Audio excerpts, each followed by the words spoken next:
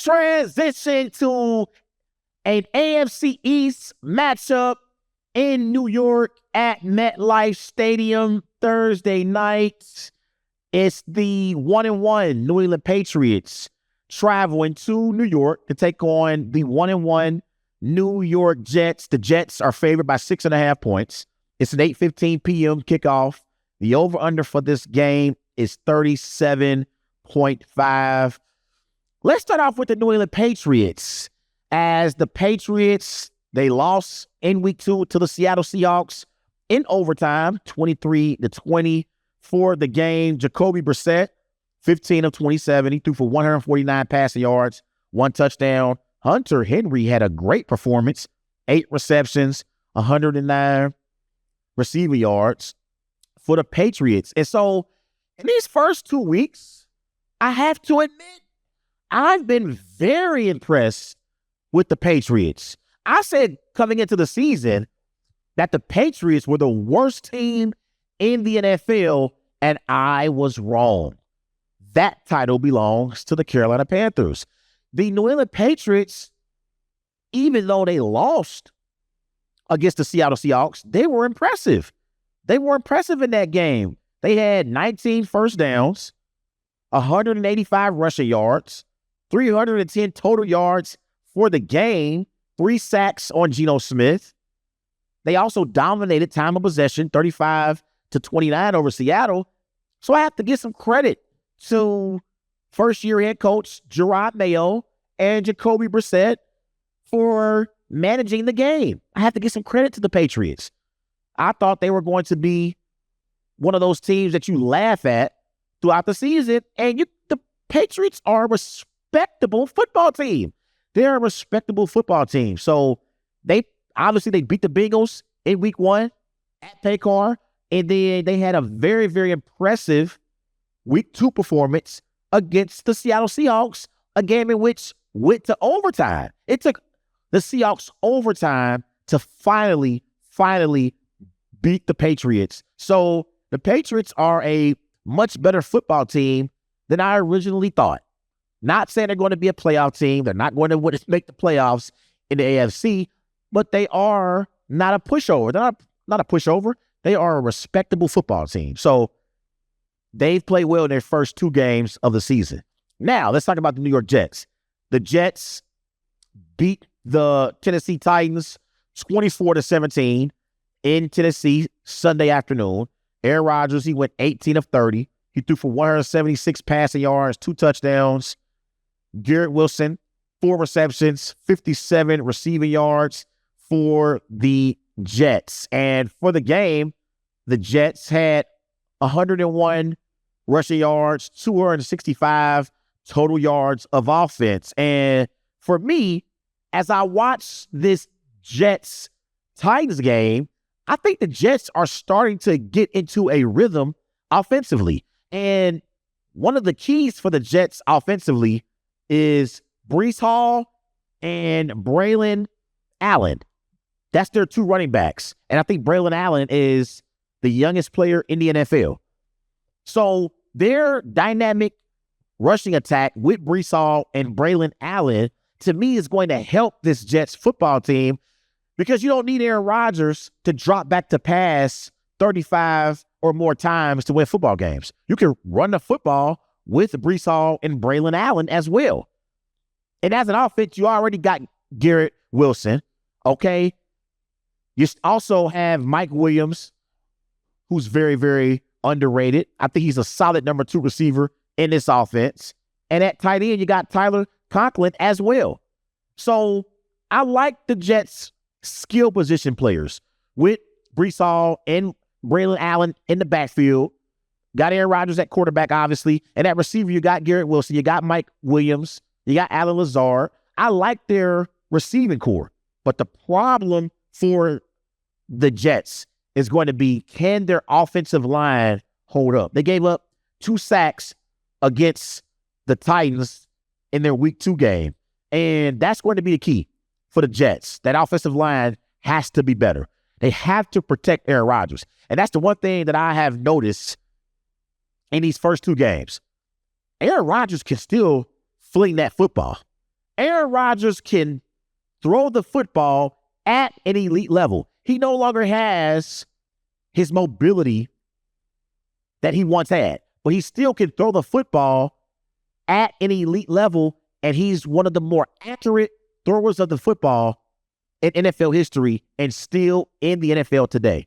But can this Jets offensive line hold up and protect Aaron Rodgers so he can throw the football down the field? Because now that he's going to be 40 in December, Aaron Rodgers is no longer a mobile quarterback. So he's a stationary target in that pocket. He's stationary, but he still can throw the football very, very effectively down the field. So that Jets offensive line, center Joe Tippmann, left guard John Simpson, left tackle Tyron Smith, who was a former Cowboy, who's been a Pro Bowler during his career, right guard Vera Tucker, right tackle Morgan Moses. They have to protect Aaron Rodgers. They got to protect Aaron Rodgers in order for this Jets offense to function at an elite level. If they can do that, the Jets will be contenders not only in the AFC East, but in the AFC. They have to protect Aaron Rodgers. Now, defensively, obviously they are led by head coach Robert Saleh. And Sunday against the Titans, the Jets defense, they gave up 130 rushing yards, 300 total yards. That Jets defense gave up. I expect the Jets defense to get better. I really do.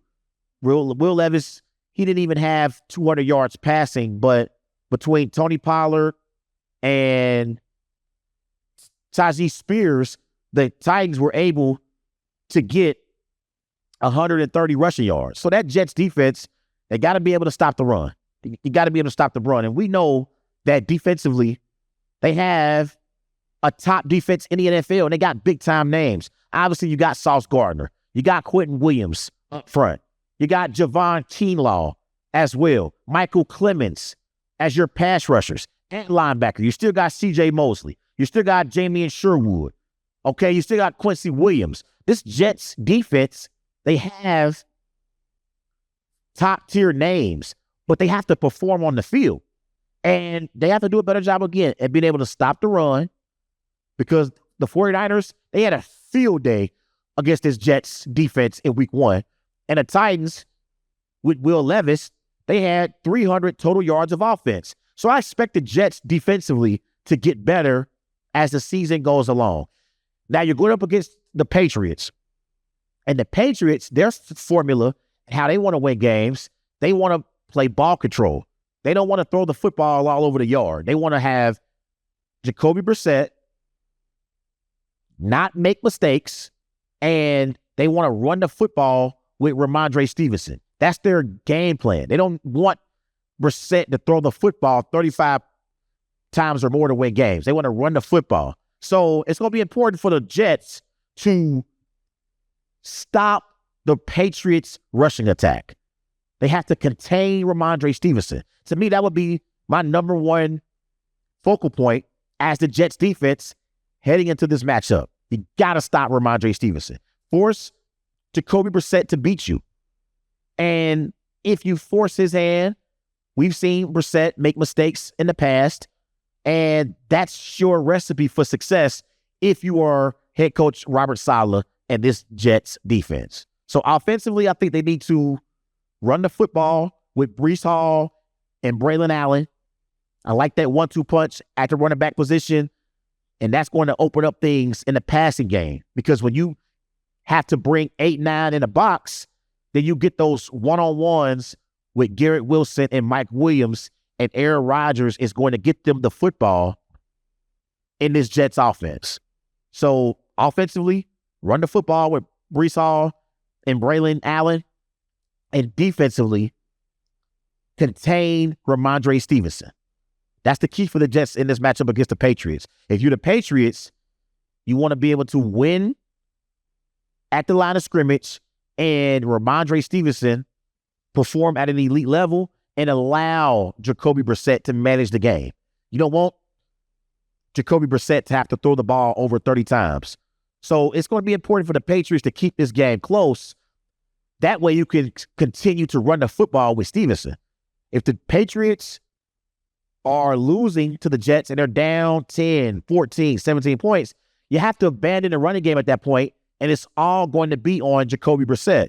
And that is a recipe for disaster for the Patriots. So offensively for the Patriots, keep the game close and win at the line of scrimmage so you can continue to run the football with Stevenson and not have to rely on Brissett to win the game for you. You want Brissett to have to manage the game. That's how the Patriots win games, and that's their winning formula. And defensively for the Patriots, I feel like Gerard Mayo, the head coach for the Patriots, try to slow down that Jets running game with Hall and Allen and see if you can apply pressure and win at the line of scrimmage defensively. That defensive line for the Patriots is going to be key in this game. It's going to be key. That defensive line, the Patriots defensive line, they have to win their matchup against the Jets offensive line. That Patriots defensive line has to win their matchup. Up front, you got Keon White. You got Anthony Jennings as well. At linebacker, you got Jonathan Jones, Joshua Akai. And your secondary, you still got Christian Gonzalez. You got Jabril Peppers as well. But up front, the Patriots defensive line, they have to win their matchup against the Jets offensive line. And if they can apply pressure and get to Aaron Rodgers, then this game could be close Thursday night in New York. But they have to be able to apply pressure and get to Aaron Rodgers. If they can do that, this game will be close. But I don't think they're going to be able to do that. So that being said, I'm rolling with the Jets to beat the Patriots in New York at MetLife Stadium. I'm going Jets 27, Patriots 13.